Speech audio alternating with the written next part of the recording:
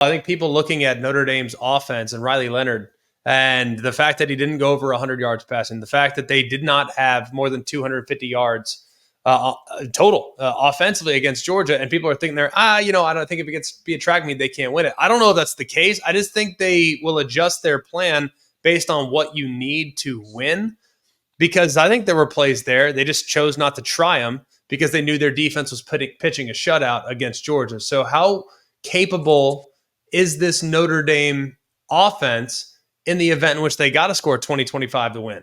Well, I think I feel a little better about Notre Dame having to do it than I do if it were Penn State. Tell me the health of Jeremiah Love. Like where are we at? I know we're creeping toward.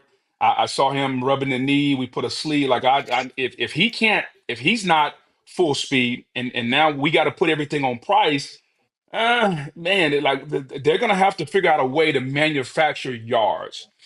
Typically we know what it's going to be. It's going to be Love, Price, a little bit of Riley Leonard running the football. If you take away that, now we can create some plays, the great house and the passing game and all that. I get that. The health of Jeremiah Love will be the first thing that I would want to know. Notre Dame's offensive line is really good. Like, they're tested, man. Like, we can say, if we break this thing down by position groups, I may give the Penn State defensive line like 1A or 1. The Notre Dame offensive line might be like 1B as far as best groups in this game. Because I go back to when they played A&M early in the season. It was a young group. They still drinking milk and wet behind the ears to where they are now. Like, they are a seasoned group, McElroy, and they can flat foot open some holes. And so I think if you're Notre Dame, everything's going to stop and start, which is why this game kind of mirrors these two teams mirror each other, because you got two teams that want to be physical, that want to run the football.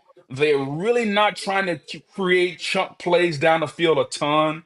Um, Defenses are really good.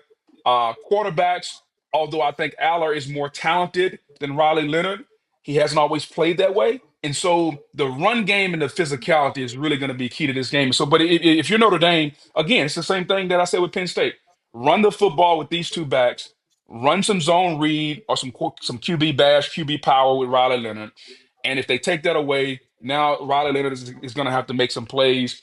Each one of these quarterbacks is going to have to make 4 or 5 big time throws down the field. And I don't mean like a screen or an out. I'm talking about a 15-yard dig, a 25-yard corner route. They're going to have to make some big throws in this game.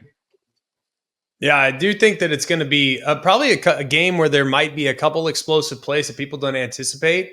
And I could see it not necessarily becoming a track meet. Let's not get carried away. But one big throw downfield to Amari Evans, one big throw downfield to Jordan Faison, one big catch and run by the tight end, Tyler Warren, or Jeremiah Love on a screen. Like, I could see one play flipping this thing and opening it up, and then the whole world becomes yours on the offensive side. Do you have a lean in this one?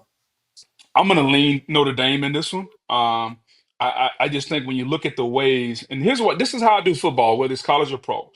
I take a team and I say, how many ways can this team beat you? And usually the team that can beat you more ways has more opportunities and more bullets in the chamber. I think based on how Notre Dame played defensively against Georgia, I think based on Notre Dame's ability to throw the football, I think based on Notre Dame's offensive line, I think based on Notre Dame's ability to run the football, I think Notre Dame can beat you that number of ways. Penn State, their defense is really good. Penn State has a good tight end. Penn State can run the football. I don't think Penn State has enough on the edges on the outside that can threaten a defense when it's Penn State is very, very similar to Georgia. Like, Georgia's wide receivers were so underwhelming, it's not even funny.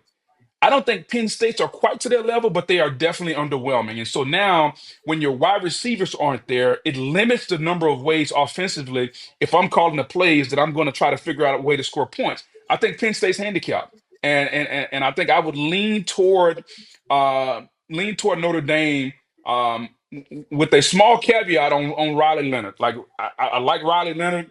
He's like a McElroy light. Super super smart kid. He's way more athletic than you. But if I had to put the game on your shoulders, I would feel more comfortable than if I had to put the game on Riley Leonard's shoulders. But by no means do I want to put it on either one of your shoulders. Does that make sense? Hey, that's really nice backhanded compliment. I appreciate that. That works. That makes sense.